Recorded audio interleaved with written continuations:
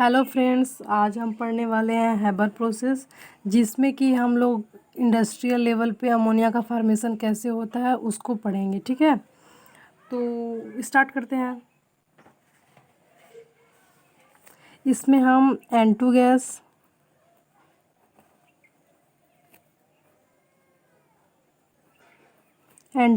Plus H2 gas को लेते हैं। ये रिएक्शन रिवर्सिबल होता है, जिससे कि NH3 का फॉर्मेशन होता है। अब हम रिएक्शन को बैलेंस कर लेते हैं। यहाँ पे बैलेंस करने के लिए यहाँ पे हमको लेना होगा 3H2 और यहाँ पे 2H2। और ये रिएक्शन एक्ज़ोथर्मिक रिएक्शन होता है। इस रिएक्शन में हीट रिलीज होता है। ठीक है, इस रिएक्शन को कराने के लिए कुछ कंडीशन है, जिसको हम एक एक करके देखेंगे। ठीक है, कंडीशन नंबर फर्स्ट,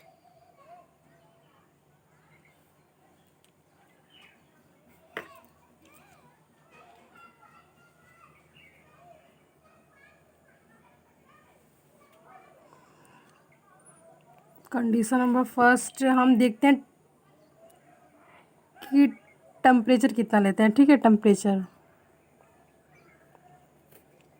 टेम्परेचर इसका बहुत लो नहीं लेंगे। ठीक है, इसका टेम्परेचर कुछ ऑप्टिमम लेते हैं, जो कि 450 सेंटीग्रेड से 500 सेंटीग्रेड तक होता है। और सेकंड चीज़ आती है कि इसमें N2 और H2 का रेशियो कितना होता है। N2 और H2 का रेशियो यहाँ पे हम लोग 1:3 लेते हैं बाई वॉल्यूम। और थर्ड कंडीशन आती है कि हम लोग प्रेशर कितना लेते हैं।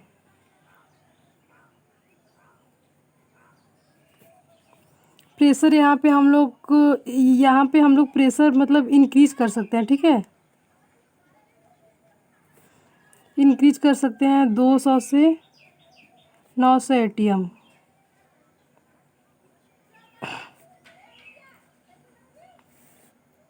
बट अगर हम बोले कि यहाँ पे अगर हम ऑप्टिमम टेम्परेचर कितना लेते हैं, तो वो है 250 ATM। अगर हम फोर्थ कंडीशन की बात करें, तो हम इसमें मतलब एज ए कैटलिस्ट किसे यूज करते हैं। कैटलिस्ट की बात करें तो हम लोग फाइनली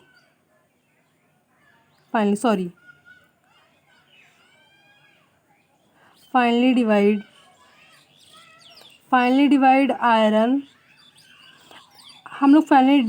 आयरन को यूज करते हैं। ठीक है, अगर मतलब इस रिएक्शन को कराने के लिए हम लोग एज ए प्रमोटर भी किसी चीज़ को यूज करते हैं, वो है फिफ्थ कंडीशन, प्रमोटर।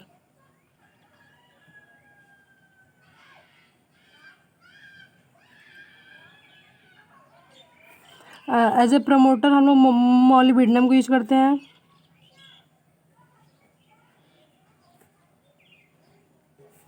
या फिर Al2O3 को।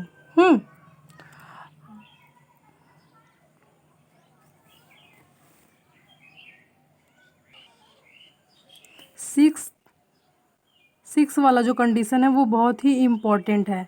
यहाँ पे हम लोग जो N2 और H2 को लेते हैं, वो इम्प्योरिटी से फ्री होना चाहिए।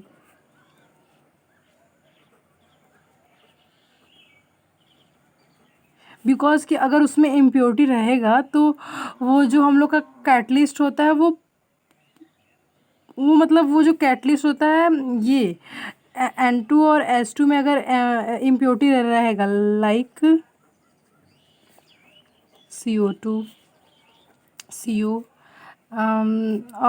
और भी ऐसे बहुत सारे हैं। अगर ये इम्प्योरिटी उसमें प्रेजेंट है, तो ये जो हमारा कैटलिस्ट है, ये इम्प्योरिटी इसको पॉइजन कर देती है। ठीक है, CO2 and CO make catalyst poisonous.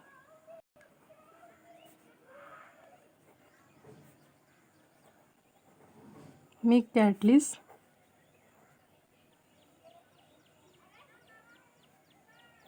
Poisonous. So इसलिए हमको अगर हम रिएक्शन करा रहे हैं तो हमें ये देखना चाहिए कि CO2 एंड CO एंड जैसे H2S इस तरह के उसमें इम्प्योरिटी प्रेजेंट ना हो, ठीक है। और ऐसे ही